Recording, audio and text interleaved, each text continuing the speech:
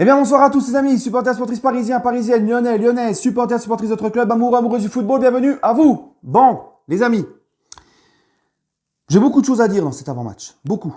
Donc, restez bien connectés jusqu'au bout, parce qu'il y a deux choses très importantes que je veux dire à la fin de la vidéo. Restez jusqu'au bout, d'accord ?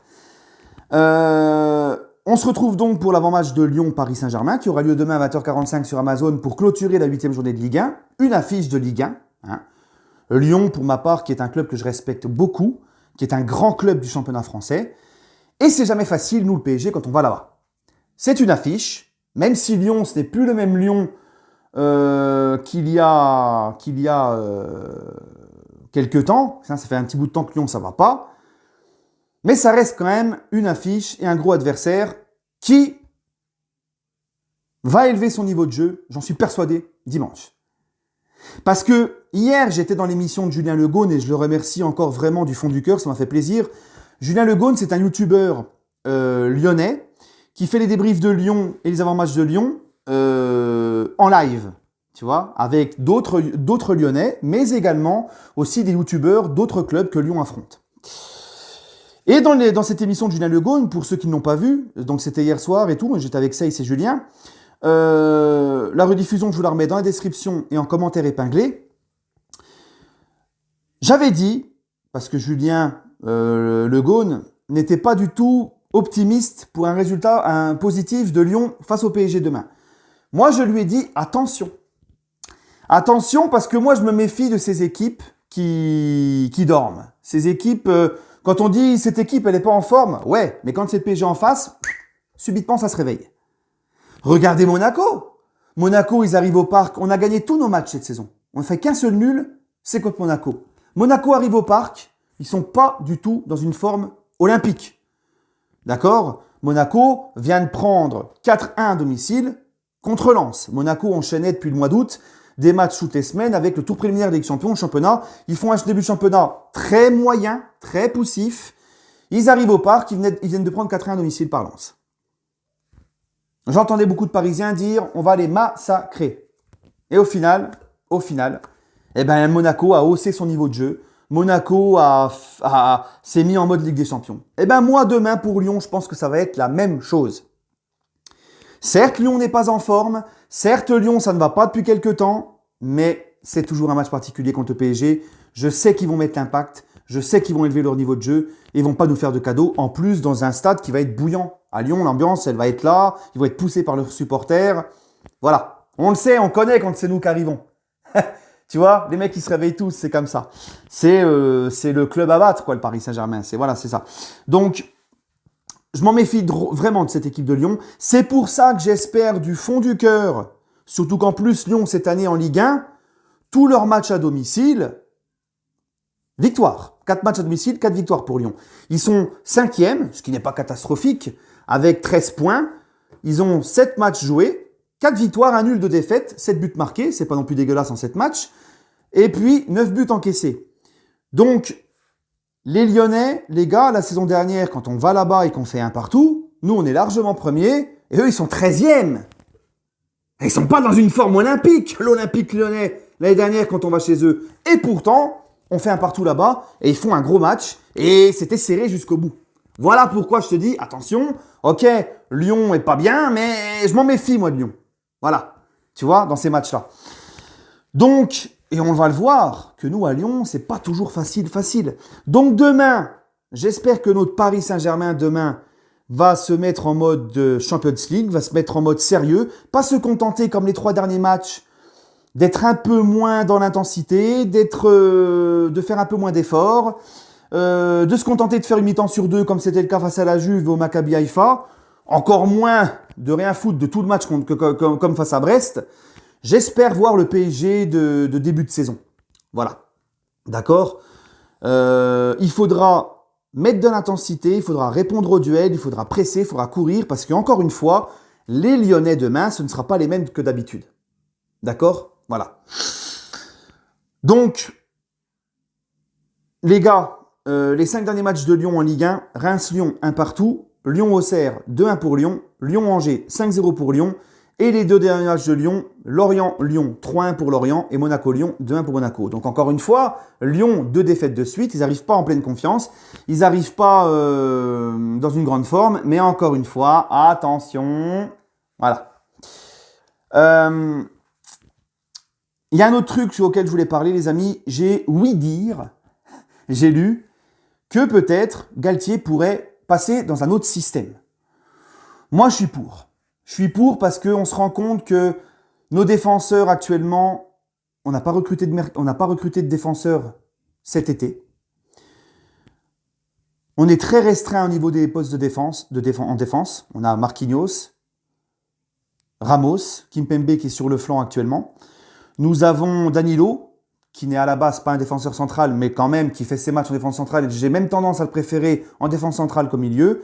Mukiele, mais en défense centrale, je ne suis pas très convaincu. Et Mukiele, à la base, lui, c'est pour la rotation avec Hakimi. Donc, si tu mets Mukiele, il faut mettre Hakimi. Donc, tu ne peux pas trop faire souffler Hakimi. Et tu as le petit El Shaddai. Mais lui, je ne sais pas si vraiment il a le niveau tout de suite pour être dans l'équipe A comme ça du PSG. Donc, peut-être qu'il est préférable d'utiliser finalement que 2 défenseurs centraux pour éviter des blessures, pour en reposer d'autres. D'accord ? Parce qu'on accumule les matchs. Surtout que là, en plus, et encore merci l'UEFA, on a une trêve internationale alors qu'on enchaîne les matchs tous les 3 jours. Là, ça enchaîne Ligue des Champions, Championnat, Ligue des Champions, Championnat, Coupe du Monde, et rebelote, Ligue des Champions, Championnat, Coupe nationale qui va commencer juste après la Coupe du Monde. Mais ils nous pondent là encore leur vieux match, leur vieille trêve internationale, donc on va espérer qu'il n'y aura pas de blessés. Donc je pense que c'est le mieux, et surtout qu'en plus, nos défenseurs ont du mal dans cette défense à 3 pour le moment. Et c'est tous, sans exception. Quand j'entends des gens s'acharner sur Marquinhos, certes, il est moins bon cette saison, on le sait. Mais c'est toute la défense du PSG qui se fait prendre dans le dos et qui est moins bien et encore pas adaptée à ce système. Donc là, vu le peu de nombre de défenseurs centraux qu'on a là à disposition, comme je l'ai dit, c'est peut-être mieux de repasser à une défense à 4 et de renforcer ton milieu par un 3e milieu parce qu'on le voit que parmi les 3 de devant, quand les 3 de devant ne défendent pas et ne font pas le pressing et ne défendent pas, c'est plus compliqué, notamment pour nos 2 milieux, Verratti, Vitinha, de défendre. Tu vois, ils prennent aussi un peu le bouillon lors des contres. Donc, Neymar est irréprochable, lui. Sur les 3, Neymar, c'est celui qui court le plus, qui fait le plus d'efforts. Mais Messi et Mbappé, c'est par intermittence, c'est pas ça qu'est ça au niveau des efforts dans le repli et dans le pressing. Donc, moi, je serais pour repasser dans une défense à 4, mettre un milieu à 3, tu peux faire un 4-4-2 losange, pas un 4-3-3, hein, parce que 4-3-3, Messi à droite, Neymar à gauche, j'aime pas ça. Ça me plaît pas, ça va pas. Ils sont plus faits pour jouer comme ça. Tu peux mettre un 4-4-2 losange et tu mets Messi en 10 ou Neymar en 10. Et selon lequel des deux tu mets en 10, tu mets l'autre en attaque avec Mbappé. Ça peut être pas mal. Puis en plus, on a voulu mettre ce 3-5-2. Alors je dis pas que plus tard on va pas réessayer, hein, pourquoi pas. Mais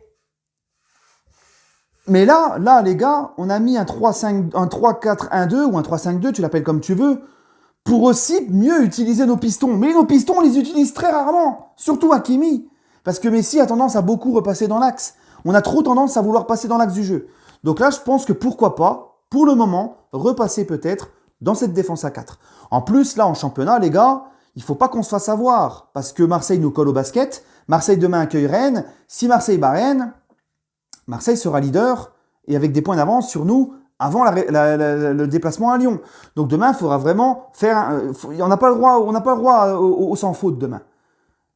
Peu importe même le résultat de Marseille, même si Marseille perd, il faut qu'on gagne parce qu'il faut qu'on prenne un peu d'avance maintenant. Tu vois ? Il faudra justement en profiter. Si Marseille fait un mauvais résultat, faudra que tu en profites, il faudra que tu gagnes à Lyon pour commencer à avoir un petit écart. Et si Marseille gagne, tu n'auras pas le choix non plus parce qu'il faudra rester premier. Donc voilà. Donc pourquoi pas essayer de repasser dans un système en 4-4-2 losange ou voilà, 4-2-3-1 ou je ne sais pas. Bref les amis, maintenant je vais faire confiance aux joueurs du Paris Saint-Germain et je vois un petit 3-1 pour le PSG. Voilà, je vois un petit 3-1 pour le Paris Saint-Germain avec un match quand même où Lyon va nous donner du fil à retordre, mais comme d'habitude je vais faire confiance à nos joueurs qui vont faire le match qu'il faut pour s'imposer à Lyon. Voilà. Maintenant, les gars, j'aimerais revenir sur 2 choses. La première, Campos. Campos, hier, a fait une très belle interview dans Rotten sans flamme. Alors, j'ai écouté parce que Campos était interviewé. Sinon, cette émission, je ne la regarde plus trop. J'ai trouvé l'interview de Campos, je me suis régalé. Voilà, je me suis régalé, j'ai trouvé que c'était vraiment très très très intéressant. Je vous conseille vraiment d'aller l'écouter. On sent que le mec pue le football, de toute façon on le savait ça. Il pue le foot, il sait comment fonctionne un club, il sait comment on dirige un club. Il prend aussi en compte l'histoire du club, l'histoire des supporters, ce qu'attendent les supporters du club, le contexte du club, tout. Il prend tout en compte. Il ne bâcle rien. Il sait donc comment vraiment gérer un club. Il n'a pas peur aussi de parler des échecs du mercato, notamment où il n'y a pas eu assez de ventes. Et il dit qu'ils avaient besoin de vendre parce que le fair play financier est toujours là. Et ça, c'est un joli pied de nez à tous ces neuneux, tous ces benets qui nous font croire que le PSG a un budget illimité. Hein, tous les Golemons qui répètent ça en boucle comme des neuneux. Non, le PSG n'a pas un budget illimité. Le PSG ne fait pas ce qu'il veut. Tu vois, le Campos se confirme, il y a le fair play financier. On était obligé de bien vendre pour pouvoir acheter, etc. Tu vois. Donc, peut-être que le fait qu'on n'a pas pu faire Skriniar, c'est aussi ça. On n'a peut-être pas assez vendu. Donc, non, le PSG ne fait pas ce qu'il veut. Et non, le PSG n'a pas de budget illimité. Les benets. Voilà. Donc, et franchement, j'ai vraiment trouvé très intéressant son interview. Quand il parle aussi qu'il n'est pas satisfait du mercato parce qu'il n'y a pas le défenseur central qu'il voulait, un attaquant en plus comme il voulait, dans le profil qu'il voulait, qu'il manquait des pièces à son puzzle, comme il le dit. J'ai vraiment trouvé ça bien parce que il se cache pas, il admet ses erreurs et on dit souvent que l'échec est un diplôme. Donc il a reconnu l'échec, il a reconnu l'erreur, mais on va en tirer des conclusions de ça et ça nous permettra à l'avenir de plus le refaire. Et puis voilà. Donc, c'est dans une mentalité comme ça qu'on avancera. Et quand tu comprends, déjà quand tu vois son travail à Monaco et à Lille, et tu comprends aussi entre les lignes ce qu'il dit, il faudra du temps. Ça ne se fait pas en 2 mois les choses. Donc, encore une fois, il faudra du temps. Mais si le club laisse travailler Campos et Galtier, laisse travailler Campos, le laisse faire comme il a envie de faire, dans sa façon de faire comme d'habitude, comme il l'a dit aussi. Moi, j'arrive au PSG, je ne change pas. Je suis comme j'ai toujours été. Ça, c'est important aussi. Tu vois, pas faire comme Tuchel, par exemple, qui était très strict à Dortmund et qui arrive au PSG et qui roule des galoches à tout le monde.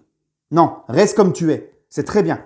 Donc, je pense que si on le laisse bosser Campos, si on le laisse faire comme il sait faire, il n'a plus rien à prouver à personne parce que ce qu'il a fait à Monaco et Lille, c'est extraordinaire. Je pense qu'on sera sur la bonne voie. Voilà. Maintenant, les amis, dernière chose, je vous avais dit qu'il serait long l'avant-match, mais j'ai trop de choses à dire. Dernière chose, les amis, les ultras du Paris Saint-Germain, le collectif Ultra Paris.